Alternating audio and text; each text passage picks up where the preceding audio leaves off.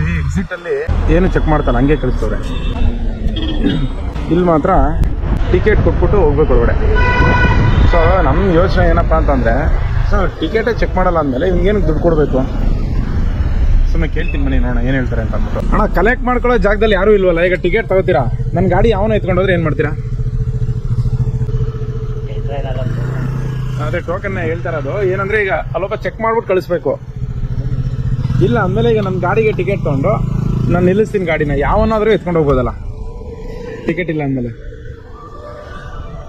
ಇದು ನಮ್ಮ ಚಾಮುಂಡಿ ಬೆಟ್ಟದ ಪರಿಸ್ಥಿತಿ. ಪಾಪ ಇವ್ರೇನು ಮಾಡೋಕ್ಕಾಗಲ್ಲ, ಇವ್ರ ಕೆಲಸ ಕೊಡೋದಾಗಿರುತ್ತೆ. ಸೊ ಮ್ಯಾನೇಜ್ಮೆಂಟ್ ಮಂಡಳಿಗೆ ನಾನು ಕೇಳ್ಕೊತಾ ಇದ್ದೀನಿ. ಒಂದು 10 ಸಲ ಬಂದಿದ್ದೀವಿ, 10 ಸಲ ಬಂದ್ರೂ ನಾನು ಟಿಕೆಟ್ ತೊಗೋಬೇಕು ಹೋಗ್ಬೇಕು. ಚೆಕ್ಕು ಇಲ್ಲ, ಏನೂ ಇಲ್ಲ. ಬೇಕಾದ್ರೆ ಯಾವ ಗಾಡಿನ ಯಾವನ್ ಬೇಕಾದ್ರೂ ತೊಗೊಂಡೋಗ್ಬೋದು. ಈ ವಿಷಯದ ಬಗ್ಗೆ ನಿಮ್ಗೆ ಏನು ಅನ್ಸುತ್ತೆ ಕೆಳಗಡೆ ಕಮೆಂಟ್ ಮಾಡಿ.